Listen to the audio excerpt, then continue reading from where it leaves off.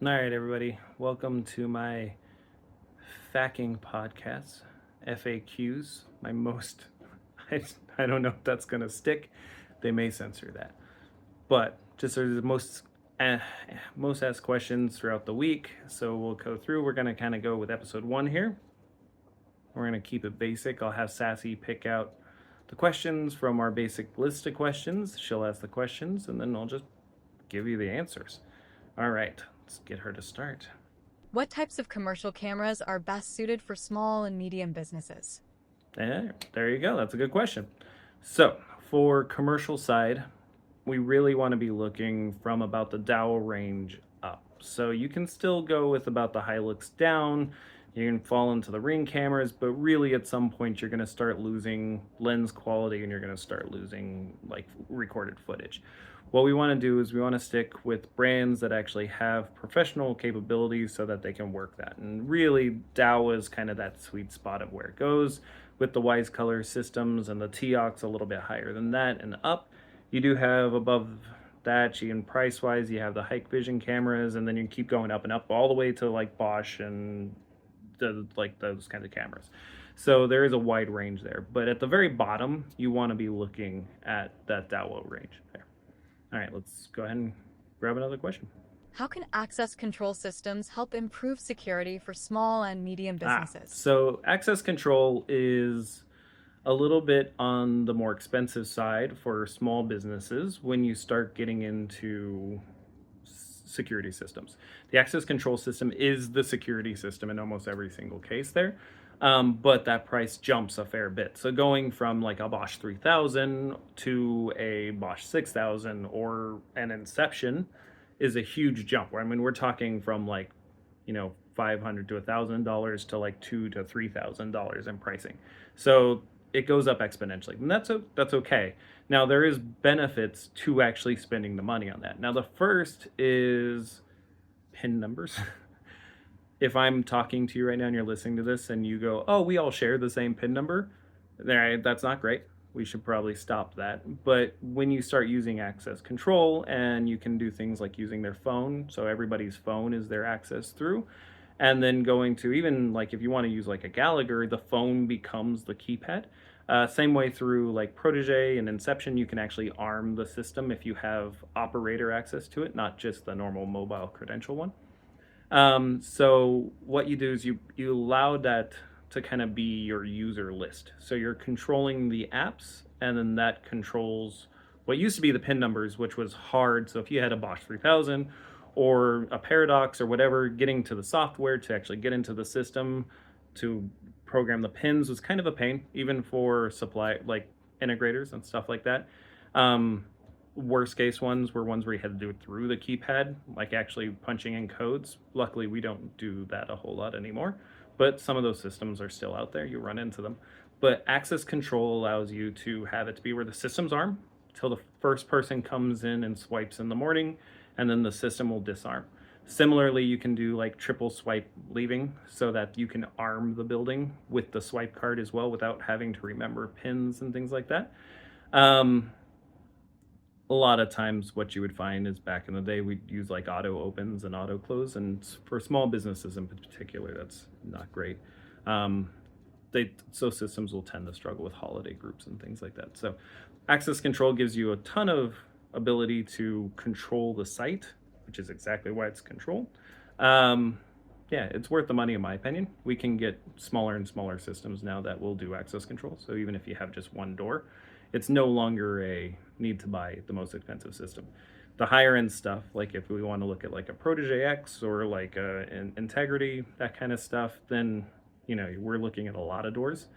Those are kind of different needs. But for small businesses, it really is controlling the access of the arming and disarming and making sure that you don't have a bunch of keys floating around.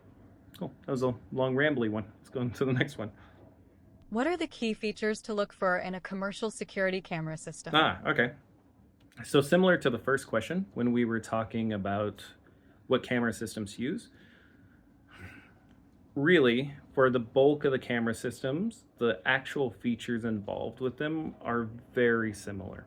You will get things like some manufacturer will say our lens is better, even though it's lower megapixel, and this other one will say, well, ours is higher megapixel, so you get more, 4K instead of the 5 megapixel.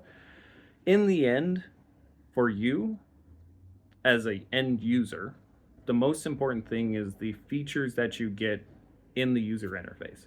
So, and this is one of those reasons why we kind of want to start around that DAWA baseline range and then move up, because we want to be able to do AI analytics for cars, vehicle detection, and for human detection. We want to be able to differentiate between recording 24/7, which is what all of my sites record 24/7 now. And then we have the motion chunks also coming in so that you can actually see what's going on. So we could go, oh, here's where human detection was, here's where vehicle detection was. It's no longer a situation where it's only that little chunk of motion and then you miss stuff left or right. We're recording all the time. So that's what we want feature-wise.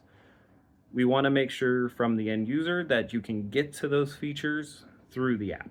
Almost every single one of the professional level suppliers now for cameras are moving to mobile first. So the DMSS app, the Hit Connect app, and up, those are all based around checking your cameras on your phone and going about it that way. So really, those are the features that we're looking for. As you get up higher and higher, you're going to get more and more features through your cameras. But for the very least, you as a user, you should be able to go back into your cameras, look at yesterday, see when people were walking within an area or hitting a tripwire, any sort of analytics that's set up, and then you should be able to download and share that footage from your phone. That's what you're looking for. All right, I guess one last thing on that one is my preference is you should be hitting around 8 megapixel. Yeah. How does security monitoring work, and what are its benefits for businesses? All right. Yep. All right, so I'll kind of change that question a little to video security monitoring. So a lot of security monitoring in the past has been the control room gets an alarm, they then call the after hours, you get a phone call 2 o'clock in the morning, and you go, okay, send a patrol. They then send a patrol. That's 45 minutes for a patrol at roughly about $80. And then the patrol gets there and nobody's there at that point in time. And hopefully they can see if the site's been broken into. It's dark. They're not familiar with the site. They miss things. Video verification, or RVR in some cases, is where we're taking video feed from the camera. We're lining up in the back end. This zone aligns with this camera. Preferably, we want those zones, so the PIR or the camera as the PIR, we want them to have the same field of view, right? So you don't want it to be something where a detector is going off, but then you have a camera on the other side and the camera can't see because you have racking in between those two. We want the same field of view between the camera and the PIR. The alarm comes through to the control room. The control room then gets the footage for that alarm. There's some really cool things here. Patriot, which is a software base for control rooms, does a lot of really cool things with this. I know bigger companies like SMC do some crazy things with RVR as well. And then Permacon also has like a self-monitoring version of this as well too that you can do through your phone. But when you get the alarm, they get the camera footage directly with that. All right, so the next step of that, if the control room gets the alarm and they can see somebody breaking in, at that point in time, they can send the police. They don't need to call you and wake you up and say, what do you want to do? They can go call the police, tell the police, hey, there's somebody in a blue hoodie that is breaking into this site. Here's the address. Please go arrest them. Now, the control room at that point should, if they do to that point, they will actually call you and say, hey, the police are on the way. You would probably want to go down there and check it out, blah, blah, blah. But it's a much better response than the old school just, all right, we'll send a patrol and in about 45 minutes, somebody will get there and check it out.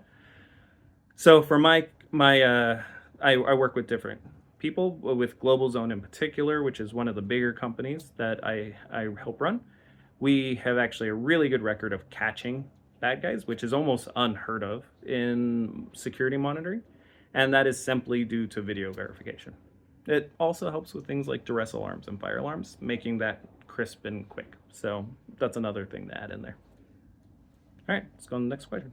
What are the most common security threats faced by small and medium businesses, and how can they be mitigated? All right, so the most common threats to small businesses, you obviously have break-ins. Break-ins are the thing everybody thinks of, but the most common use of your camera system is for internal use.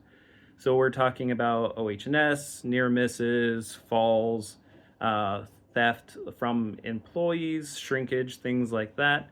That's actually the most common use of the camera system. Now, the access control system is also used a lot for tracking the movements of your staff. You can also use it to help your time and attendance system. So even though we all think of security as somebody's breaking into your site and we want to send the police to catch them, the most common thing you're going to do with your camera system is you are going to use it to figure out what is happening on your site. So obviously we, as business owners, and I'm assuming a lot of people listening to this would be business owners, you can't be everywhere all at once. So it's just kind of the way it is, right? So what you do is your camera system becomes that extra pair of eyes. And because we have the human and vehicle detection stuff, it doesn't need to be us constantly watching it anymore. We can actually quickly go back and see, oh, hey, somebody walked through this area here and they tripped and they fell on this, and that's what's happening. And we can take that footage and we can ship it out instead of having to go back and hopefully try to find it. I had one a long time ago, so back when we used only motion because hard drive space was a little bit harder, where a forklift came up to a spot. We could see that in recording. The forklift stopped. The footage actually cut because the larger motion had stopped. The guy then got out of the forklift, tripped and fell, hurt himself, and then somebody else came running over. And then as the person was running over, it saw that movement again because the person was kind of behind the forklift, and it started recording again. So it recorded two motion chunks, but not the part we needed. So now with the newer systems, and we record 24/7, and we're just using the motion as triggers on the timeline, we don't have that problem anymore, right? So it lets us to use that thing. So again, security threats are real. You do have to worry about break-ins. You have to worry about theft, things like that. However, the most common use for your security system will actually be for management. So that's good. All right, so this is roughly running about 12 and a half minutes, so we'll stop at 5. I actually had 10 questions prepped, but it turns out I talk way longer than I thought I would. All right, so we'll do another one next week, and we'll get through the next 5, and then we'll keep going, see if anybody likes it. So if you do want to see more, or if you have a specific question that you want me to answer, go ahead and DM me or email to me. I can say the word email, but send it in. We'll chuck it into the list, and we'll get Sassy to pick it up and use it as one of the questions. If you do have anything else that you need, I'm always around, so we'd love to hear from you guys. Anyways, you guys have a great day.